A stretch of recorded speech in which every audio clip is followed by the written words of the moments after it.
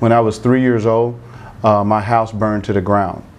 And after that, my parents said that all I ever said is I'm going to be a fireman. My name is Ralph Haynes. Spelling of my last name is Haynes. First name is Ralph. Middle initial E, Ralph Edward Haynes. I'm a captain with the San Diego Fire Rescue Department. Why don't you switch places with her, let him. I've been a fireman in April, it'll be 36 years. I've been one since I was 19 years old, and I just turned 55. In fact, I'm coming up on retirement. I'm going to be retiring in 121 days. So right now we're on a call or something, and it seems that somebody's injured.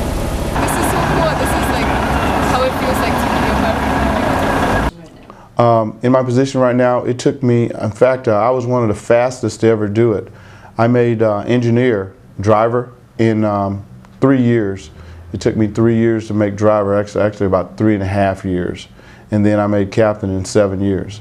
And at the time, that was the fastest that anyone had made captain. So I made it real fast. Normally, it takes an individual about 10 years. So through my education, my training, my experience, and just really very, very hard work, I was able to make it very, very quickly. I was the first black federal fireman in San Diego. That was in 1978. And very, very proud of that. And then I worked for them for 2 years, and then I got hired by our department in 1980, April of 1980. So I'm coming up on 30 years of service with the City of San Diego Fire Rescue Department.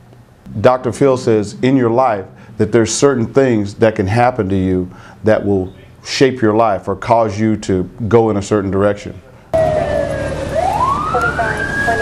34th Street, south of Maple Street. So right now we're in the fire truck and it looks like something happened. There's a man on the floor. He's right over there. I hope he's alright, but I don't know what's going on. I hope he's okay.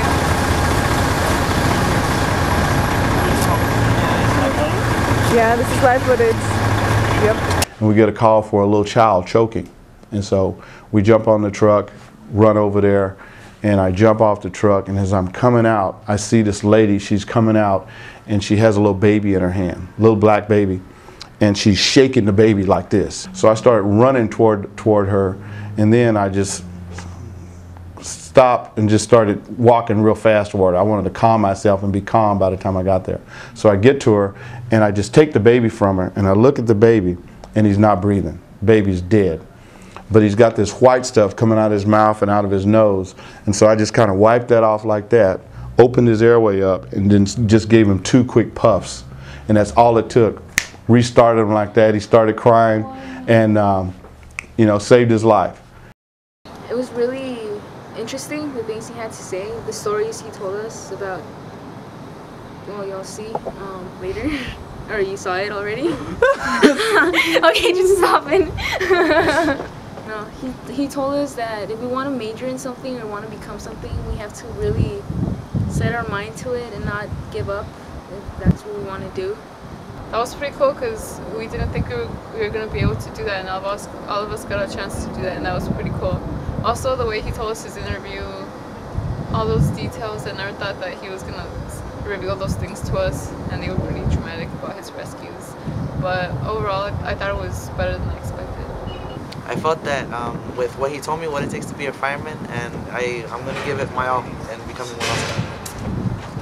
Who killed it? I'll be right back.